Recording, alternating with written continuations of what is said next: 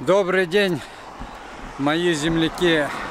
Обращаюсь к вам, к нашим землякам, ко всем россиянам. В день, великий праздник, День России, год назад потерялась моя дочь. Это для нас очень большое горе, беда. Вот в этом месте год назад дочь перешла дорогу, села примерно вот в этом районе в автомобиль, со слов подруги. Автомобиль был русского производства, «Жигули». При обращении в МВД суда оперативник Кичеев Владимир Робертович не приезжал. Вот стоит будка, здесь у них охранник. Он с ней не разговаривал, в округе никого не опросил. Вот тут чуть-чуть дальше видеокамера есть, я вам сейчас ее покажу. Он ее не обнаружил. Я вам сейчас поблизости все покажу. Я вот к нашим землякам обращаюсь. Мне любая информация нужна. Может, кто-то видел, кто-то слышал.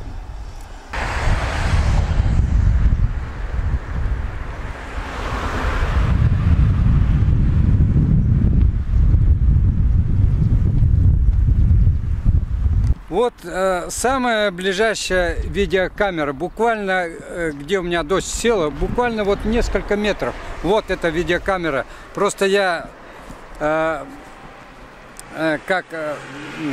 поверил оперативнику Кичееву Владимиру Робертовичу, который приехал бы, если обнаружил эту видеокамеру. Эта видеокамера просто существует в течение 7 дней. Потом автоматически стирается. Я ее обнаружил просто попозже. Вероятно, конкретно было бы видно, на какой автомобиль она могла сесть. Вот и я разговариваю с другими оперативниками. Ну что, говорит, время мы потеряли, видеокамера стерта, 100% вероятность была разглядеть эту машину. Вот только машина прошла. Можно свободно разглядеть, приблизить номера и увидеть, что за автомобиль был. Еще раз повторюсь, с оперативниками после Кичеева, кто начал расследовать это дело, они тоже это упущение Кичеева, конечно. Ну, я не понимаю, как Кичеев, этот Владимир Робертович, к своим обязанностям относится, если в течение 7 дней не мог выехать на место предварительно, куда могла сесть и моя дочь.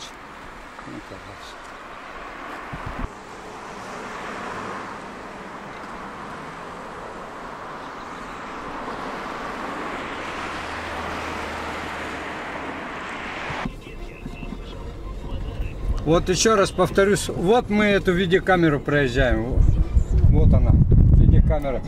Сейчас доедемте до следующей видеокамеры, которую я обнаружил у памятников. Вызвал оперативников, чтобы они взяли видеозапись. Пока они ехали, я их дождался, просматривал видеозапись, но я до конца, конечно, не досмотрел. Оперативники приехали и изъяли эту видеозапись.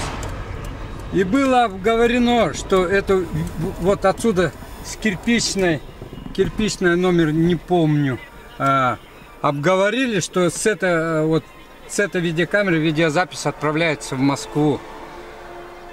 Просто ждали 3 месяца эту видеозапись с увеличением госномеров автомобилей, которые вот за этот период времени проезжали. А оказалось-то, я был просто в шоке. Они видеозапись совсем другую отправили. Это через километра 2-3 отправили с Роснефти. А до Роснефти там есть развилка, можно через Мостотряд проехать, можно в сторону Минусинска. Ну и можно у Рыбного мира, как я предполагаю, может, дочь могла выйти, или машина там должна, может быть, развернуться. Ну вот сейчас выйдемте и посмотрите, где у них это установлена видеокамера. Еще раз я повторюсь, вот я обнаружил последнюю видеокамеру, это кирпичная 13. Вызвал оперативников. Пока я их ждал, просматривал эту видеозапись, дождался, они подъехали. Все было обговорено, потом я ездил в МВД, обговорили предположительно, в какое время могла моя дочь сесть в автомобиль. Обговорили все, что видеозапись вот эту отправляем в Москву.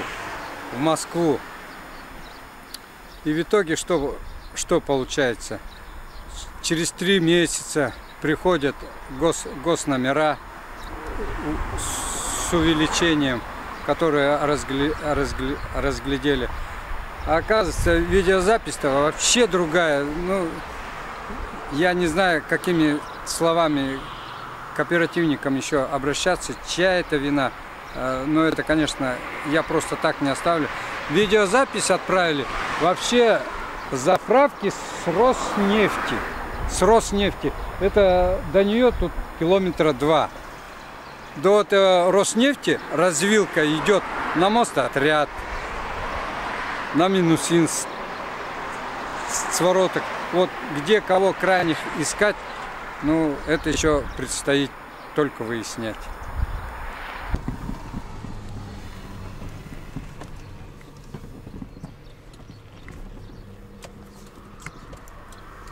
Все включил, да? Вот мы продолжаем движение по улице Кирпичной, предварительно по которой могла двигаться моя дочь. Ну вот сейчас вы сами убедитесь, что до Роснефти какое расстояние и сколько развилок.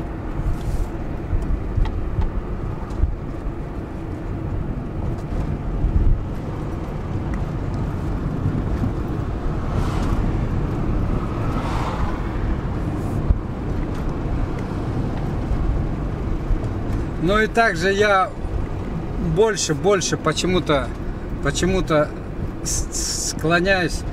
У меня дочь постоянно к родственникам. Вот напротив Рыбного мира тоже дача Альбиты.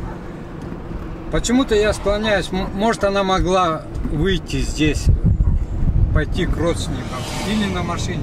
Я не знаю, что здесь могло произойти, но по детализации звонков где-то минут 40 она еще в этом радиусе самохвале телефон находился. Вот развилка, пожалуйста, на Мостотряд. Многие ездят через Мостотряд. Я иногда сам езжу, вот когда утром еду на работу, поток много машин, я проезжаю через Мостотряд. Я просто поражаюсь над этими оперативниками, что было обговорено, что мы отправляем отсюда, а почему они решили видеозапись отправлять заправки Роснефть. Ну,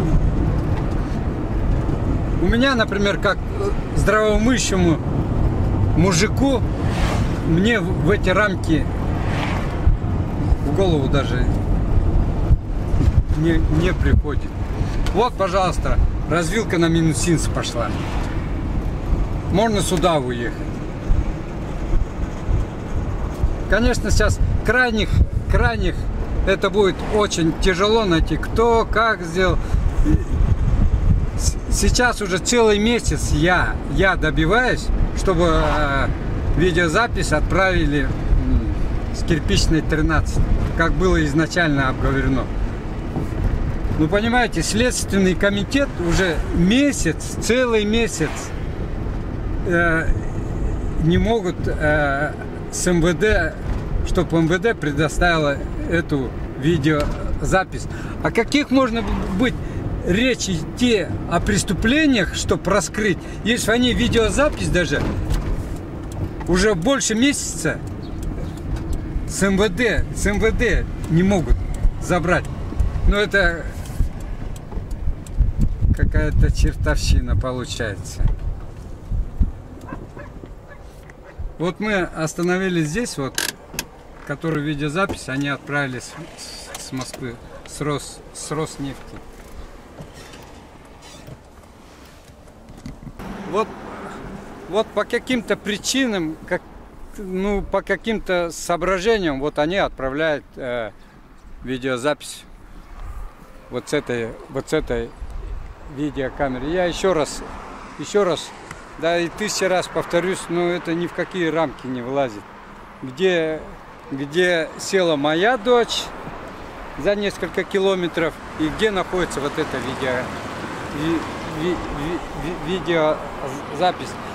Я еще раз обращаюсь к руководителям МВД, к министру внутренних дел, главе республики Хакасия, чтобы мне в этом деле помогли разобраться. Я, конечно, это дело просто не оставлю, но мне одному, конечно, я это все сделаю, но у меня просто это займет время. А это нужно все делать быстро. Еще раз возвращаюсь, во всем этом виноват Кичеев Владимир Робертович, который изначально разыскные мероприятия не произвел. Я считаю, это только одна вина его. Ну, может быть, его команды, это, с кем они работают. Я некоторым руководителям задаю вопрос. Разговариваю, общаюсь, руководителям задаю вопрос. Конечно, не хотелось бы это. Я говорю, вот если бы у вас такой случай случился бы, что бы вы с этим Кичеевым сделали бы? Все отмалчиваются, но тут один ответ. Он бы уже давно трудился в народном хозяйстве, а не МВД. Я еще раз обращаюсь к землякам, гражданам России. Может, кто-то что-то где-то видел. Информация сейчас везде она. Любая информация для меня очень важна. Спасибо за внимание. Буду благодарен. До свидания. Еще бы хотелось бы добавить, что было перечислено выше. Была информация по Нижней Согре. Я приехал в опорный пункт участковых. Обратился я к старшему участковому Бардюкову Сергею Валерьевичу. Ну, что я от него услышал?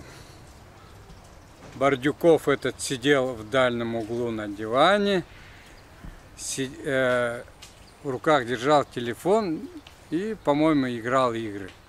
Пока я с ним общался, хотел уточнить кое-какую информацию, которая поступила. Нет, он даже как задом сидел к нам, так и сидел. Не соизволил ни встать, ни подойти, ни поинтересоваться, что, как. Ну, я посмотрел на него, он что-то у себя под носом там буркал, но я рукой махнул и ушел. И вот хочу задать руководителям, министру. Вот скажите, вот после таких случаев, как можно доверять полиции? И так и у наших полицейских, по-моему, небольшой рейтинг. Процент небольшой. Вот и есть хорошие, очень хорошие оперативники. Хочу отдельно поблагодарить Фирсова Дмитрия, начальника отдела по преступлениям против личности МВД по республике Хакасия, и уполномоченному, не знаю, какую должность он занимает, но в то время, когда я с ним сотрудничал по розыску моей дочери, связь я с ним, он временно исполнял обязанности отдела. Это Сергей Конзычаков. Вот из всего, со сколькими я оперативниками общался, вот всего 2 нормальных, грамотных, профессиональных оперативников я увидел. Ну и вот вывод какой. Вот из-за Кичеева, из-за Бордюкова, вот всю полицию мнение у всех остается вот такое, как лично у меня. Это не только у меня, наверное, а возьмите Республику Хакасия, у граждан это 99% отзываться будет о полиции отрицательно. Вот просто руководители, просьба к руководителям, вот к таким сотрудникам нужно принимать меры. Не в том, чтобы принимать, да такие сотрудники вообще не должны работать, я так думаю, в полиции. Дайте вон дорогу молодым, грамотным, перспективным, энергичным ребятам, которые, как у меня дочь потерялась, вот, был сержант дачной полиции, фамилии, имя не помню, был с Сайногорска. Вот этот сержант, обычный сержант полицейский, дачной полиции, он всю ночь, ночами, в свое личное время приезжал ко мне, общался, помогал. Говорит, какая любая информация. Вот извиняюсь, что я не запомнил его фамилию. Знаю, что этот сержант из Сайногорска. Потом его отправили в Сочи. Вот таким надо давать широкую дорогу, у которых, еще раз повторюсь, перспективы, энергичные ребята, а не таких вот, как Кичеев и Бордюков. Спасибо.